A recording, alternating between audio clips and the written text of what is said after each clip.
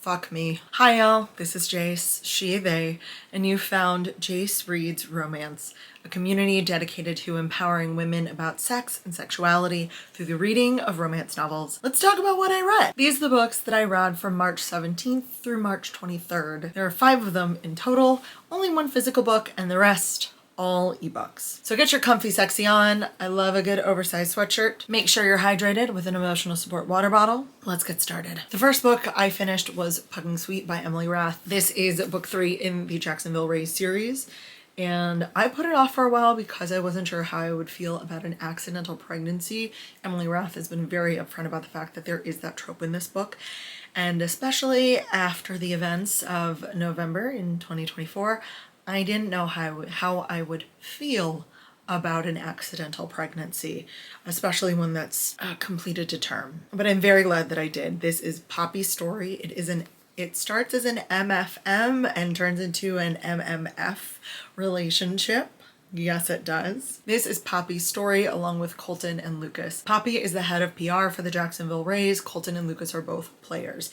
This book does take place during the same timeline as both Pucking Around and Pucking Wilde. I've actually seen a tandem read chart for all 3 books so that you can just read it in order. And for myself, that was probably the least helpful thing, is that there were moments in this book that connected to moments in the other books, and I had to remember, or I couldn't remember, I didn't know what was going on, it threw me, I'm trying to think about the other book. So that probably was my least favorite thing about this entire book. So maybe if you're someone who also hates that, find the tandem read chart, because it would be really helpful just to follow along the whole story. Poppy and Colton know each other from before. They used to work at the same team up in DC. Poppy in PR, Colton as a player. And Poppy's family is DC royalty. Her dad is almost like a kingmaker. He works with politicians. He gets people elected. He's very influential. Poppy was planning to marry someone in their sphere whose name does not deserve to be mentioned, and she in fact leaves him at the altar and goes down to Jacksonville to take this job and to be independent away from her family. She's got a lot of family drama, a lot of stuff building up and going on with her family and her relationship up there. Colton also has some family baggage. His dad recently died and he's kept it to himself. He has not told anyone. He has not confided in anyone. He is holding on to that grief internally. Lukas is a fuckboy. No, that's it. He's a fuckboy. He's such a fucking problematic human. He and Colton knew each other from a team way back in the day, and they're actually really good friends. There is a great, how do I say this? There's a great emergency contact moment in this book. If you liked that little trope from Pucking Around, and I think maybe just the Pucking Ever Afters. I think it was Pucking Ever After, Volume 1. There's a moment in there about this. And Poppy is attracted to both Colton and Lukas. There's a lot more sparring with Lukas, and she and Colton are neighbors and they get along really well. It's very sweet. And then things happen with each of the boys separately, and then they start dating her, and then they're eventually all together, and it's great. There are things in this book that are said and that are done that I did not realize I wanted in my own life until I read them, and they are magical. I don't care. They're fantastic. So let's go through some of my favorite quotes in the book. Oh, I love that. A heavy moment of silence hangs in the air between us as she doesn't take my bait.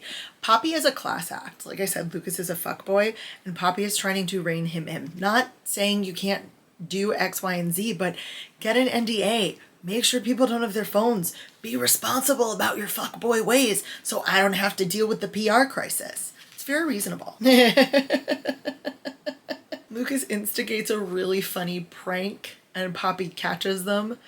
Lukas enlists the help of 2 rookies and Poppy is just not having it and gets them to confess real quick what happened. She's asking for their real names and not their nicknames. She goes, I'm just gonna read the whole thing, but the last line is what I actually highlighted. During my time in the professional hockey world, I found the players' constant use of nicknames to be clever shields. Sure, it creates a sense of camaraderie, but it also helps these men hide who they really are, which is why I'm out here like a perky blonde Rumpelstiltskin collecting names growing in my power. I widen my smile, encouraging him to spill.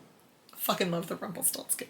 That's so funny. Also, I don't have a voice of a perky blonde PR rep, so sorry. This is my appreciation of some fast burn note. That's it. That's the note. Colton, wait, she pants, her hands now pushing at my shoulders. Stop. That one little word hits me like a bucket of ice water poured down my back. I instantly lift both my hands away from her, spreading my arms wide. And I hearted that because it should be that easy. Someone says stop, you fucking stop. My note is, ooh. One thing to know about me is I don't fucking share Poppy.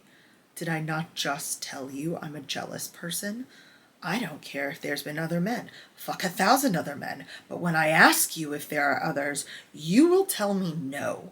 Understand? Let me just say that jealousy does not go into the relationship with Colton too. Lukas can be as jealous as he wants, but he's not actually jealous when Colton appears in the mix. My note is, aww. After the ice machine, the combination of alcohol burn-off and multiple orgasms led to an unexpected subdrop that had Poppy feeling pretty loopy.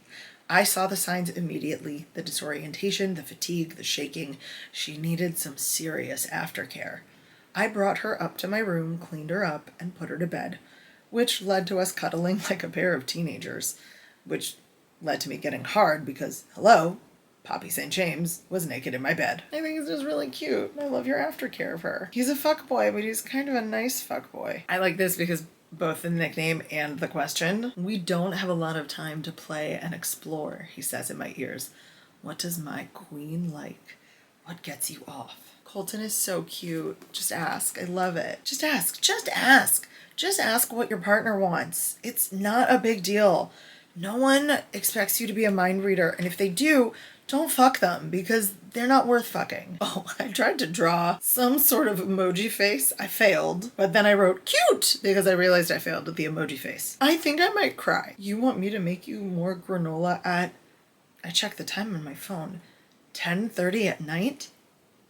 No, I want you to teach me how to make it, he corrects. Oh, it's so cute. Colton is so sweet. Like at first I was like, wait, that's rude to ask this woman to cook for you late at night. No, I want you to teach me how to do it. It's so fucking cute. Do you have lube? A+. Always ask for lube. Sorry, I got lost in reading a sex scene. My favorite moment in the book. Now this is Lukas. God, he groans. Oh, God. He sags back, his dick glistening with lube and my saliva. Finish cool, baby. Wanna watch you get face fucked with a mouth full of my cum. Yep, who knew? Anything between the three of us is allowed. Shit. I don't know if I'm quite ready to waltz through that door. I want to know exactly what he's thinking, but I do like that within the three of them, they develop a really great dynamic. Yeah, clit stimulation. A lot of clit stimulation in this. A lot of clit stimulation and penetrative sex, Emily Rath, and I approve. Oh, this was so sweet. Get in here. He lets out a groan of relief before he's stepping around the open shower glass. He walks right into the shower with all his clothes on, and then he's in my arms. He steps under the spray with me, one arm around my shoulder and one around my waist as he kisses me. The shower soaks him in seconds, his gray t-shirt clinging to his broad shoulders. Yay, is what I wrote. This is when Lukas and Colton have their first kiss. Oh, this is about a funny moment with a really tiny Chinese crested dog. Lukas is being ridiculous. He says, "It's shivering and it can smell my fear," he says with a scowl. And this is just a really honest moment. Fuck, why are feelings so hard? I love it. I love the book. Okay, the next book I finished was Airpeen by Holly Wilde. Yes, I did. I finally read Airpeen after everyone at Love Y'all was talking about it the entire conference. Now, I read Halloween, so I wasn't really surprised by the sentient objectness of it, but it wasn't exactly what I envisioned when I heard the title Airpeen, so yeah. I didn't even highlight what this main character's name is I didn't highlight it at all. I don't want to know. If I never know for the rest of my life, it's fine. But the premise is this unnamed woman splurges on an airline's executive thing, which she assumes to be first class. And she gets on the plane and she sits in her seat and it's super comfy and wonderful. And when they get to cruising altitude, the seats come to life and fuck everyone. Yeah, it's the seats have you join the Mile High Club. And the oddest thing to me is everybody's just getting fucked in front of everybody else. Everyone's naked, everyone's getting fucked. It's just all out there. That happens, and she ends up getting triple teamed by 3 different chairs who all do various things to her with giant airplane-shaped silicone-like phalluses that are very large. That's the plot. That's the entire plot. It's just spice. It's just spice. And that's okay. That's okay. We listen and we don't judge. But if you expect actual plot from this, you don't get it. All of my notes for ebooks are on my phone. Easier to find. Oh yeah, it's called Sentient Air. Thank you for choosing Sentient Air. We hope you enjoy your flight. I will say Holly Wilde does an incredible job with her puns. Aw, come on now. My chair groans. Don't leave my tray in the upright lock position the entire flight. Let's hit that recline button and chillax, babe. Fucking hell, I love a hand necklace moment. I never thought an armchair could be so commanding, but I am ready to obey. I can't say these with a straight face. I don't know how they kiss you, but apparently they do. Their plane hoods rub against each other in my mouth. How? I don't know. Apparently they're like 12 inches long. Who else can say they've been triple teamed 30,000 feet up in the sky? No, that's it. That's the entire thing. If you expected more, you don't get any more. There's nothing else. The next book I read was an arc of All Superheroes Need PR by Elizabeth Stevens. This book is incredible. Go read this book. Go read this book. It comes out at the end of May, I believe May 27th. You need to read this book. It was I loved it so much. So much. This book is about Vanessa and Roland. Vanessa is a woman of color, as is Elizabeth Stevens, and she owns a boutique PR firm. In this world, a bunch of alien children arrived on planet Earth years ago, and they were taken in, they were experimented on, but kindly apparently, and then sent to families to be raised. All of these alien children have powers, and as they grow up, they can either choose to remain regular citizens, become superheroes, or become supervillains. All superheroes and supervillains in this world are one of these alien children things. The villains don't give a shit about PR, but the superheroes have formed kind of a company of sorts, and because they work for this company, they all have PR and PR managers to kind of sell their story and sell the court of public opinion on them. There is a new alien who is maybe gonna be a villain, maybe gonna be a hero, we don't know. His nickname is Pyro. His actual name is Roland, and the superhero company says, hey, we'll take bids from PR companies to head his PR. Vanessa's company submits a bid and they get selected to potentially represent him. Unfortunately, when Roland shows up to the meeting with the PR company, he hates her, she falls, and he grabs her and he hates her and he growls and then bolts. So obviously they think they didn't get the contract. The whole team goes out drinking, capital D drinking, and as Vanessa is schwasty-faced at the bar, Roland shows up. And again, super growly, growl, but he finds her and he's near her and she's like, wow, you're tall and cute and you smell good, and then vomits all over him. It's a really great moment. Vanessa has a lot of anxiety. She also had a really bad upbringing. She was abused by the people who gave her life and was eventually adopted by a wonderful, wonderful family, but the early years of her life have some serious trauma to them and have a deep, deep effect on her. Now, Roland, after she throws up on him and it's videotaped and put on the internet, somehow gets her parents' address and flies her, of course he can fly, to her parents' house. She has 4 brothers and parents, and they are incredibly overprotective. While she's recovering at her parents' house from this drunken night of debauchery and the being flown and the being very public in the world right now, the head of the superhero company shows up and says, hey, I know we weren't going to do business, but Roland has been in my house yelling at me, and we're going to do business with you. So here are the terms. He wants you to be his point of contact for any things that really require one person. And we'll need your pitch and your official contract on Tuesday. So her team then goes into full project mode, and she keeps thinking, I feel like there's something I'm missing. I feel like I'm about to get screwed in a way I wasn't expecting. And in these contracts, there's a thing called a Lois Lane clause. So many superhero references, even though these aliens are the only superheroes. And the Lois Lane clause is essentially a fake girlfriend. But a Lois Lane is not just one person. You have the Lois Lane, but they have their own PR rep. They have their own fashion. They have their own consultant.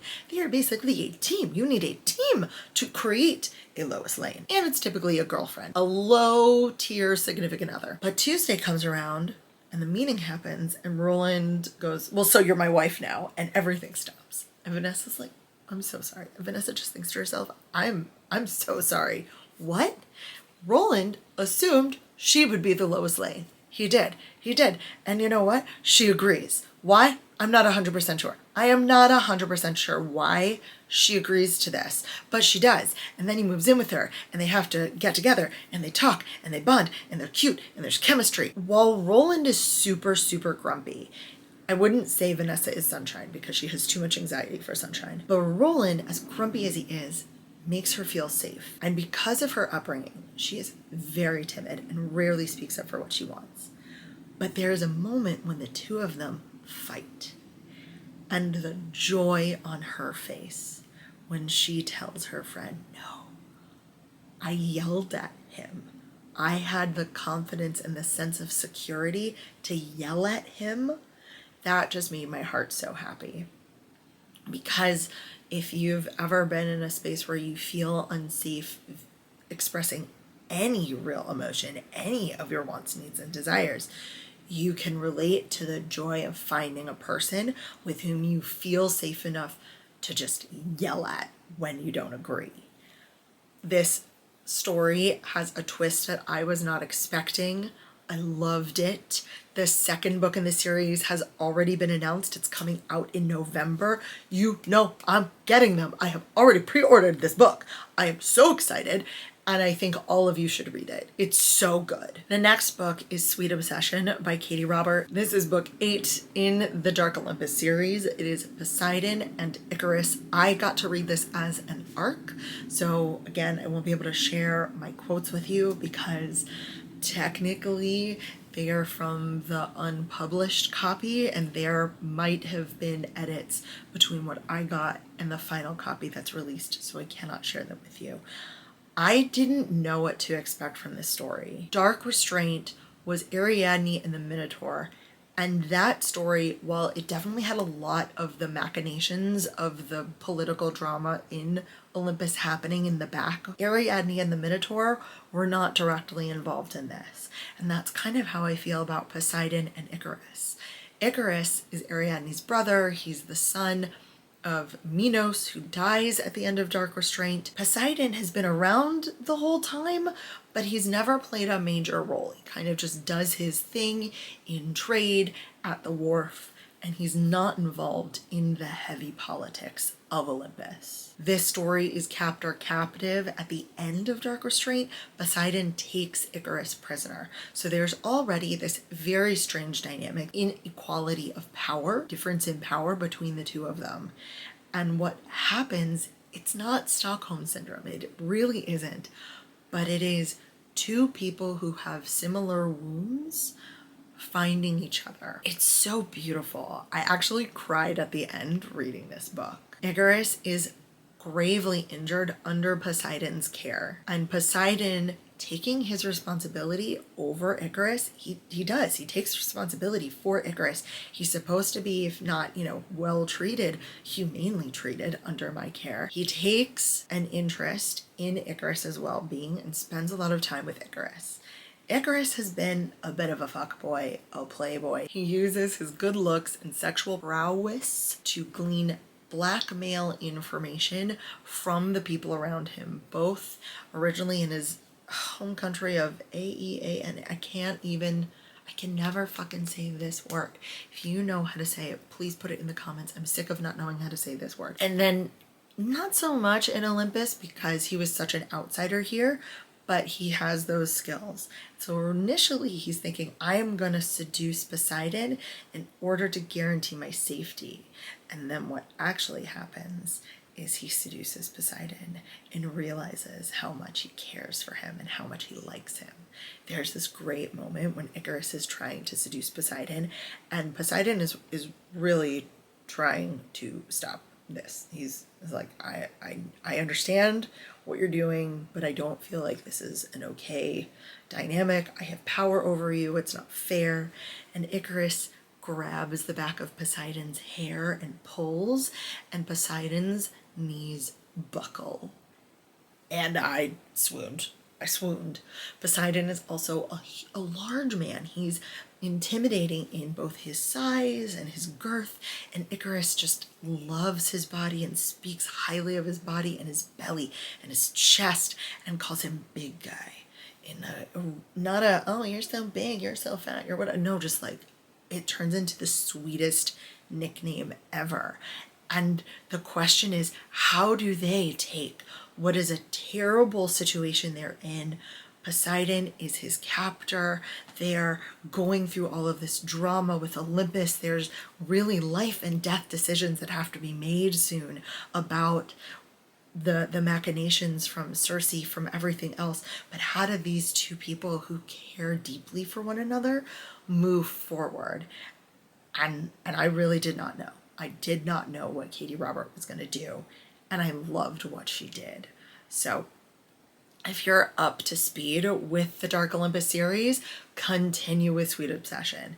Continue with it, please. The last book I read this week is Drag Me Up by R.M. Virtues. This is a book that I found through the Transrates Readathon. It was on their spreadsheet of books to read for this readathon. I have an R.M. Virtues novella through the Black Rose auction, which I have not read. And so I thought, why not give R.M. Virtues a try through this book that's listed under Transrates Readathon. It is also a Hades Persephone retelling. I know, I do love a Greek myth thing. So I thought, at the very least, I'm gonna get a kick out of whatever interpretation R.M. Virtues does with this myth. How do I say this? There isn't magic, they're not gods, they're people, but they rule this island named Olympus, and Zeus is in charge of the island.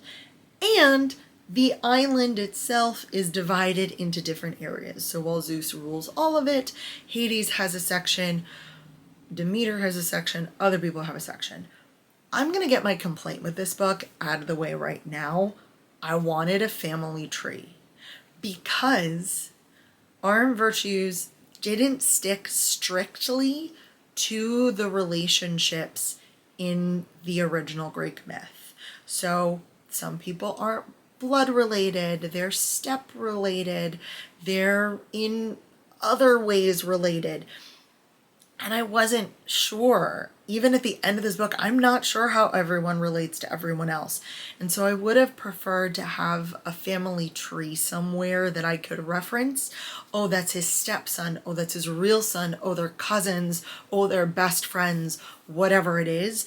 Because when I read certain names, I'm thinking of the original Greek mythology relations, and that wasn't the case. And it made it a little confusing at times to follow along or to get the gravitas of the situation when in my head, I'm thinking they have a different relationship than they actually did. So that was my complaint. Zeus is in charge. Hades has become Zeus's bogeyman, the person who does the dirty deeds, who's the ghost in the night and holds everyone in line.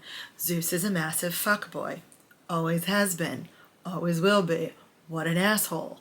And the question really for Hades is he enabling Zeus? Does he want to keep enabling Zeus? And what is he going to do instead? They are also not brothers. They are step related. So there's no biological relationship between the two. Zeus happens to be white and Hades happens to be not white. He is a black man. Hades in the underworld in his section has a casino and called the Asphodel, and in the casino there is a performance space. And in the performance space, a new show goes up, and who is one of the lead dancer aerialists but Persephone, who is Demeter's daughter. This is her first big role in this company and as a performer, and from the beginning, Hades is enthralled by her. He pursues her very respectfully. This is not a kidnapping situation. If you want a Hades Persephone where there's a lot of respect, this one's got you. And Hades pursues Persephone in a very sweet and respectful way. He invites her to drinks, they talk, they have banter, they have chemistry. He invites her to dinner, they get along really well. And Persephone, at their first real outing as a couple on a date, she says, I have to tell you something, I have to confess something to you.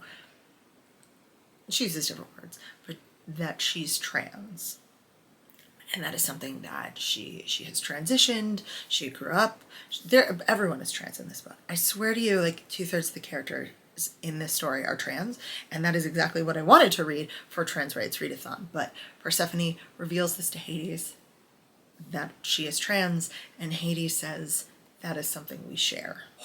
So Hades is also trans, and they have this really great chemistry, and it's super sexy, and they're getting together, but Zeus is stalking Persephone.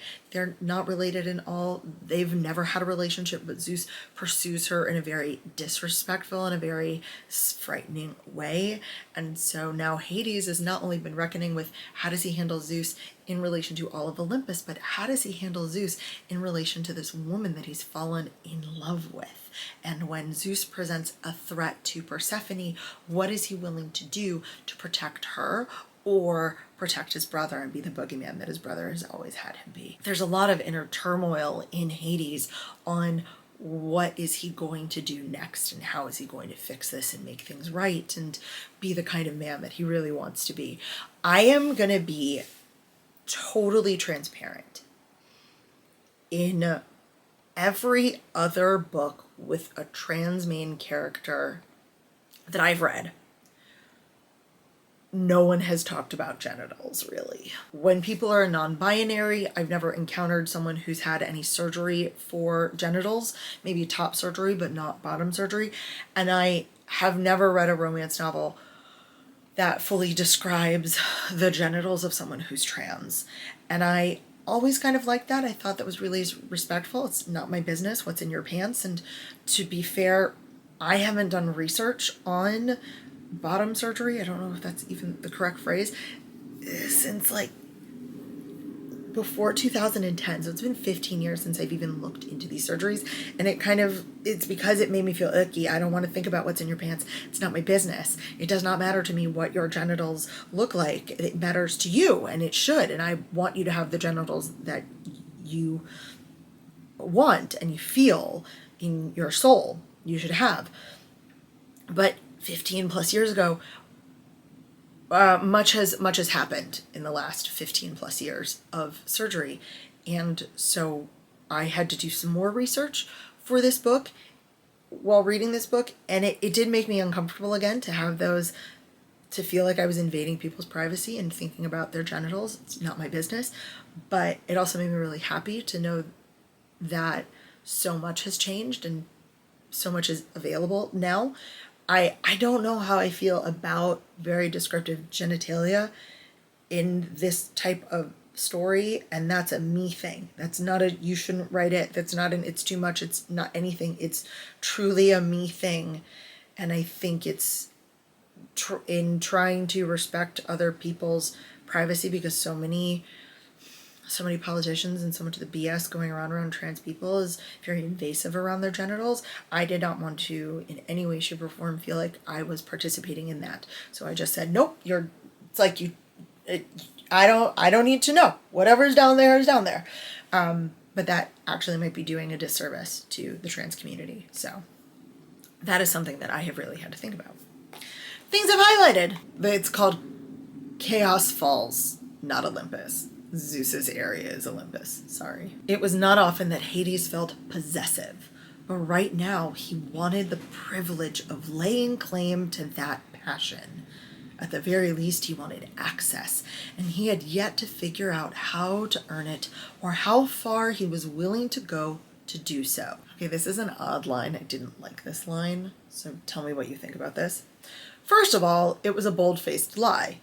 And second of all, it couldn't be further from the truth. Isn't that just the same thing stated twice? Like, it's a lie, which means it's the opposite of true. I don't understand that one. Oh yeah, there was another line that I did not like. You know what? This is a me thing.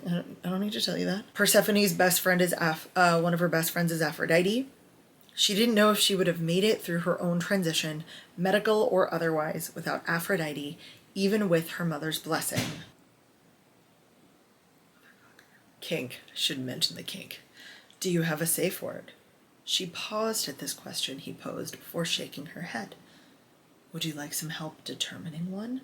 Oh, which is so sweet. It's so sweet. Baby girl is his nickname for her. You don't know exactly what happens in this. What are you doing? She asked, her voice raw even as she guided his head lower. Breakfast, he said simply. Yes, sir. Yes, sir. Again, Zeus is an asshole. Though Hades began transitioning young, Zeus never missed an opportunity to make him fight in the dirt for his masculinity. This is from Persephone. She never felt like she passed as well as Aphrodite.